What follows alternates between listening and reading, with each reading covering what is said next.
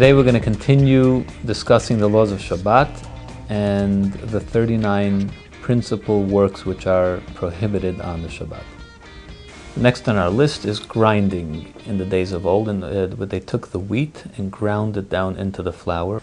Anything that would be similar to that would also be grinding. For instance, when you take a large object and break it down into a fine flour or fine powder, that would also be considered grinding. For instance, if you grate potatoes, if you have a potato and you grate it on a grater, you are grinding the potato down into a fine material. Rabbinically prohibited would be if you have dried mud on your shoe to break it down back into sand.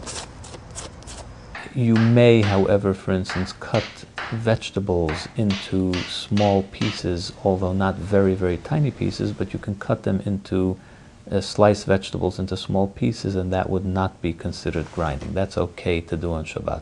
Another example would be grinding coffee beans into powder in order to make coffee. That cannot be done on Shabbat. Next on our list is sifting. After the flour was ground, they would put it through a sifter in order to remove any foreign objects, maybe pieces of the wheat that were not ground properly. Similarly today, we may not sift flour or any other powdery substance like sugar or anything else where you need to remove any foreign objects which are in it. If you have sand, you're panning for gold, and you sift the sand hoping to be left with the gold on the plate, that is prohibited. As well, one should not strain blueberries or raspberries that you washed in a strainer, or noodles that you rinse and you put through a strainer. Next in the process would be kneading. Once you have your flour sifted, to knead it, mix it together with water to make a dough. So the obvious would be not to make dough, not to mix together a cake mixture or a thick cake mixture or a dough mixture for bread or challah. A derivative of that would be mixing cement, mixing water with sand in order to make a cement mixture. Or even if you have cereal, a thick oatmeal mixture, to take powdered oatmeal and mix some water into it in order to make a thick mixture would be prohibited as well on Shabbat. The next malacha work which is prohibited on Shabbat is the work of cooking or baking.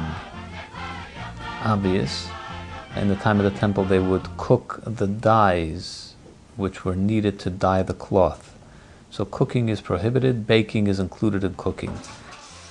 Some of the things that would be included in the prohibition to cook would be turning on the hot water in your sink or your shower, because that would allow cold water into your hot water tank, which starts the process of cooking that cold water into hot water. As well, if you were to stir a pot while it was cooking on the fire, just the stirring itself is considered cooking. Even just covering your pot while it's on the fire is considered to be cooking.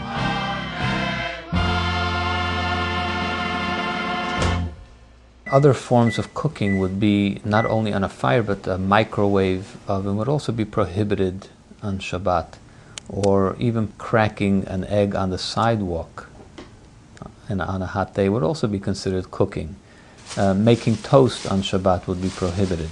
However, preparing food in other ways would be allowed. You can make a salad on Shabbat, you can make a sandwich on Shabbat, you can assemble food, bring together food, flavor foods. All that is okay as long as you do not cook or bake the food on Shabbat.